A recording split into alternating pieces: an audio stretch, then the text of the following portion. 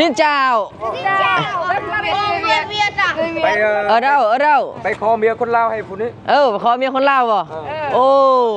À miệng son khôn lên vào. Đẹp bè nó máy nọ. Mấy anh máy đô hè.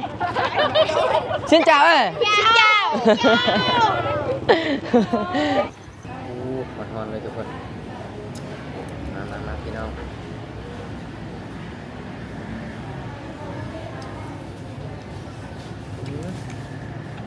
มาเด้อพี่น้องกำลังเมื่อเซโปนเด้อใครอยากเมื่อนำมาเด้อเนาะนี่ได้รถแล้วกำลังซีเมื่อเซโปนตอนนี้เนาะสบายดีทุกคนสบายดีบรรยากาศยามเช้าเนาะตอนนี้ละเอกกำลังจะเดินทางไปที่คิวรถเนาะเพราะว่าละเอกจะกลับบ้านเนาะกลับเซโปนมื้อนี้พี่น้องเดินทางมา5 วันเนาะ5 มื้อ 6 คืนทุกคนตอนนี้กำลังจะย่างไปคิวรถเนาะหรือว่าจะไปหาคนมาส่งให้ที่คิวรถนะพี่น้องบรรยากาศมื้อนี้บดเนาะยามมื้อเช้าสงสัยมื้อแรงฝนสิตกอีกแล้วมองนี่นะพี่น้องสิได้เดินทางจากท่าแขกไปสู่เซโปนกับประมาณแรงๆเลยจังสิฮอดเนาะโดยโอเคครับใจตอนนี้ไลเอ็กอยู่ที่ฮานเซารถมีไซเนาะก็สิให้อันคนในห้างนี่เนาะไปส่งให้เนาะพี่น้องเพราะว่าไลเอ็กเซารถเพิ่น5 มื้อเนาะที่เดินทางไปที่บุรีคำไซนะพี่น้องไปที่เมืองคำเกิดเนาะมื้อนี้กำลังสิกลับเซโปนแล้วพี่น้องเดี๋ยวสิให้พี่น้องมาเบิ่งบรรยากาศเนาะฮานเซารถเพิ่นนะนี่เนาะรถใหม่ๆแกะกล่องเลยพี่น้องเนาะที่แรกเลยคิดว่าเป็นรถมือสองโบแมนเนาะพอไปเบิ่งทางในแล้วโอ้รถยังโกบยางโกบนั่นเลยยังไม่ทันได้แกะเลยเนาะอันนี้รถเจเพิ่นเด้อ เพิ่นมาทาลูกค้าแต่เศร้ามื้อนี้เนาะมื้อนี้น่าจะมีอีกลูกค้าต่างประเทศมาเช่ารถอีกแล้วมื้อนี้คิดว่าเนาะประมาณสวยๆเพิ่นเนาะตื่นนอน8 โมง 9 โมงไปแล้ว พี่น้องทางนั้นก็แม่นเนาะแต่ว่าเรายังบ่ทันได้เปิดห้านเทื่อพี่น้องทางนั้นแม่นรถหมดเลยโอเคทุกคนตอนนี้ก็สิมีเจ้าของห้านเซารถเนาะเพิ่นจะมาส่งละเอกที่คิวรถตอนนี้ก็สิได้ต่อรถจากนี่ไปสวรรค์หรือว่าเซโนเนาะประมาณนี้แหละ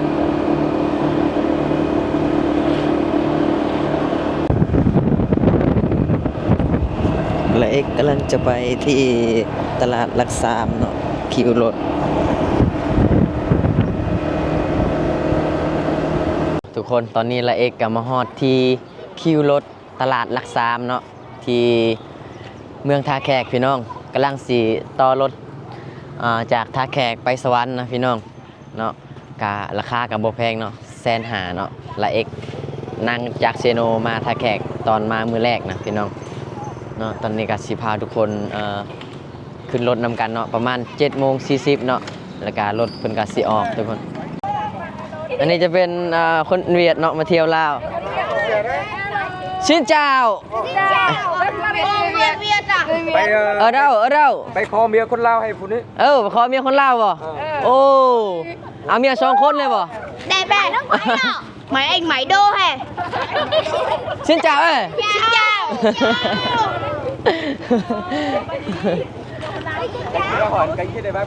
ไปเที่ยวจักมือแล้วไปเที่ยวจักมือแล้ว ไปเที่ยวอาทิตย์นึงแล้วเนาะ ไป อ๋อ อยู่ใช่กับไป โดยตอนนี้สิกลับไสตอนนี้สิกลับไสตอนนี้ ไป สุกดิสุกดิ ไปสวรรค์ต่ออีกบ่โอ้ อาบน้ ไปอาบน้ำสวรรค์อีกโอ้นี่เด้อ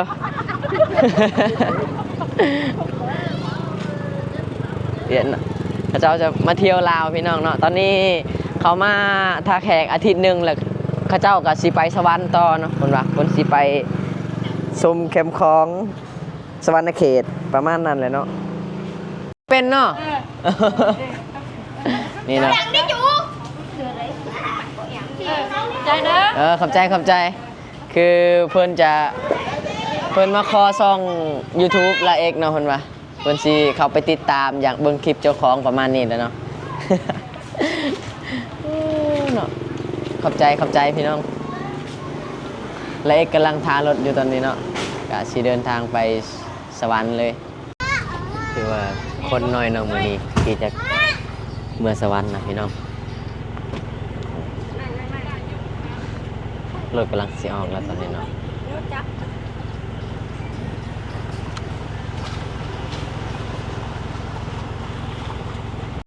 บ้านพี่น้องบรรยากาศมื้อนี้เนาะฟ้าครึ้มฝนเนาะพี่น้องเดือนหน้านี้ละเอกคิดว่าฝนน่าจะตกหนักเนาะแล้วก็เดินทางได้ยากเลย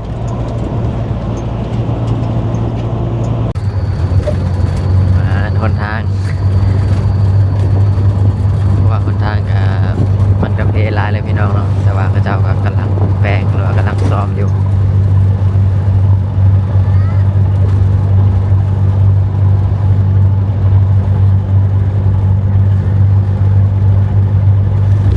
โอเคทุกคนตอนนี้ละเอกมาฮอดที่คิวรถเซโนเนาะตอนนี้กำลังจะสอบหารถที่จะจากเซโนนะไปฮอดเซโปนทุกคนเดี๋ยวเราจะพาทุกคนเข้าหามองคิวรถก่อนเนาะ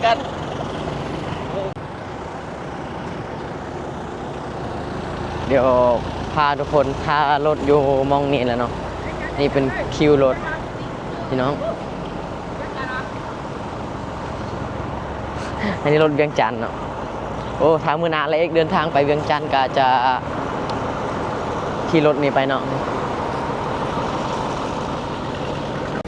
เราว่าซื้อซอยแน่ว่ะคอยบ่ซื้อซอยหรอเราสิให้เลย กูเอาสาว โอ้กินคนเดียว คอยบ่มีเงินทอนให้ แต่ผมมีเงินทอนอยู่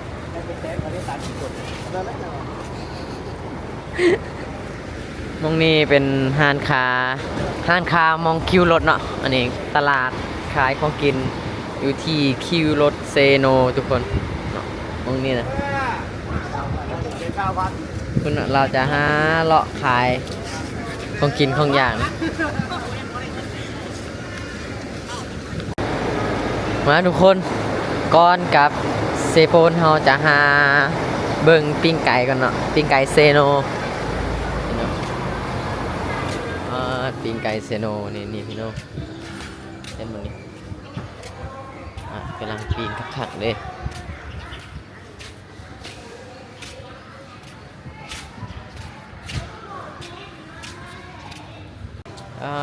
ปิ้งไก่เซโนสบายดีไหมคะมีมองนั่งกินอยู่บ่ฮะโอ้ยเนาะจะกินข้าวอยู่นี่เฮ้ยเพิ่นว่าซื้อแล้วต้องไปกินอยู่พุ่นอยู่ข้างทางอีก บ่มีมองนั่งเนาะโอ้บ่มีมองนั่งวันนี้แล้วเอกว่าสิหากินข้าวก่อนสิเดินทางพี่น้องแต่ว่าบ่มีมองนั่งเนาะสิไปหานั่งใส่ดีวันนี้บ่มีบอลนั่งกินนะโอ้เพิ่นแบกเอาเลย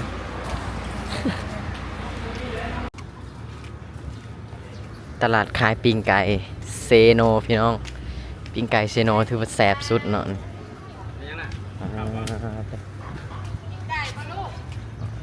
ไก่ ได้เอาหั่นแม่แน่ป้ายพร้อม ไปพ่อหันยังวะโอ้นี่หันเราเนาะ โดยมาซื้อซอยเด้อ โอ้มีบอลนั่งกินอยู่ป่ะ นี่ ขายได้ละปิ้งไก่นะ ตัวใหญ่กับ100,000อันนี้90 110 120 โอ้ มาซื้อ ตัวละ100,000เนาะ เออ นี่ตัว แสนกีบ มีรถโดยสารแลนไปแสดงระบ่าวอยู่ป่ะ มี11โมงมันมาหอดนี่ มาฮอดนี่เนาะ แม่นข่อยสิผ่าไก่สิเพิ่นก็จะมา ปิ้งไก่เซโน ก็จะเมื่อเรา ไม่ บอกจะไปนั่งผ่าได้หั่น อยู่หันเนาะ 11โมงแล้วข่อยสิบอกเขาไปเอิ้นพระเจ้า อ๋อโอเค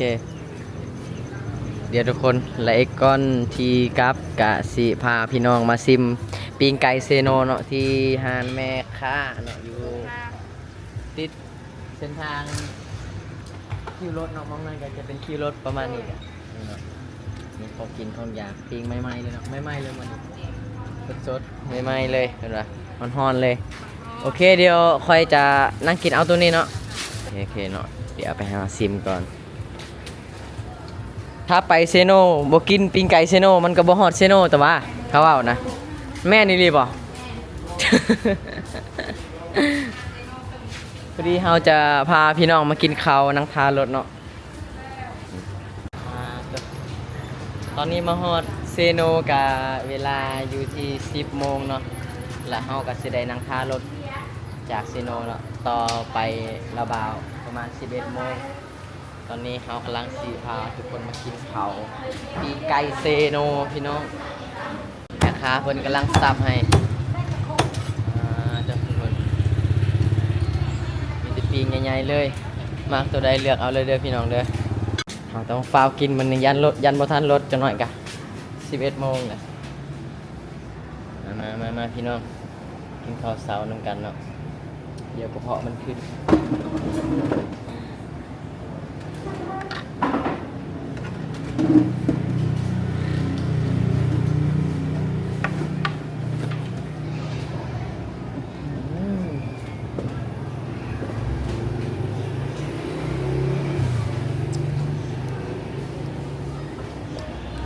ข้าวเหนียว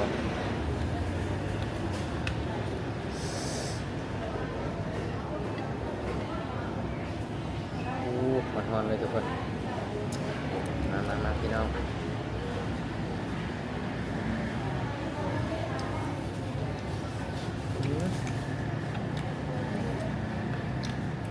ดูเนื้อไก่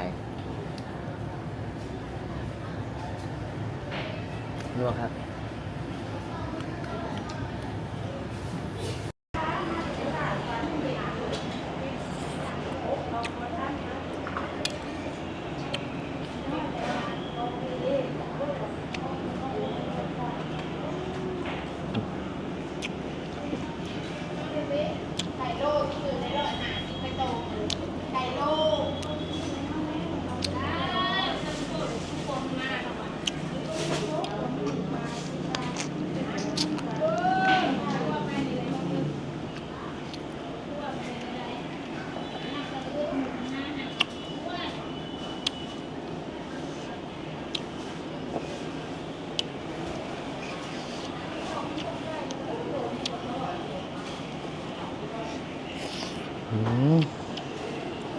หอมขนาดเลย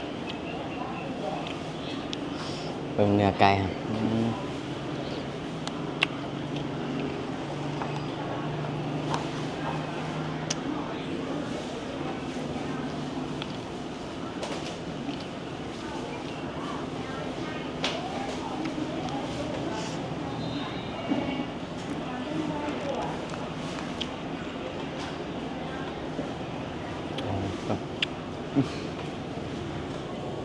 ปิ้งไก่แซ่บหลายเนาะแม่ค้าเนาะโอ้แม่ค้าคนงามขายพี่น้องนี่มาเด้อใครอยากปิ้งไก่เซโนเนาะถ้ามาฮอดแถวตลาดนี่ต้องชิมให้ได้เนาะก่อนเดินทางพี่น้องเต็มเลยมีแต่ปิ้งไก่หมดเลยท่านี้เนาะ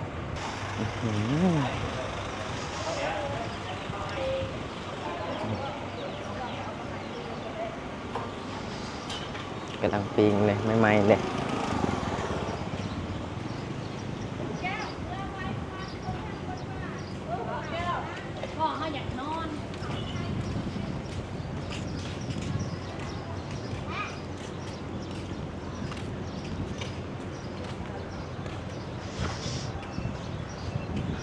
มาเด้อพี่น้องกำลังเมื่อเซโปนเด้อใครอยากเมื่อนำมาเด้อเนาะนี่ได้รถแล้วกำลังสิเมื่อเซโปนตอนนี้เนาะ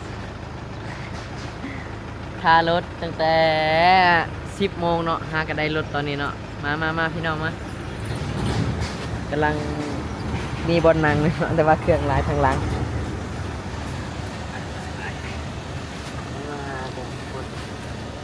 เพิ่นเนาะกำลังจัดเครื่องเพื่อมีผู้โดยสารเธอมีรถแข่งมาจังหวะจะได้คนอื่นมีคนมีคนหนัง เนาะโอเคทุกคน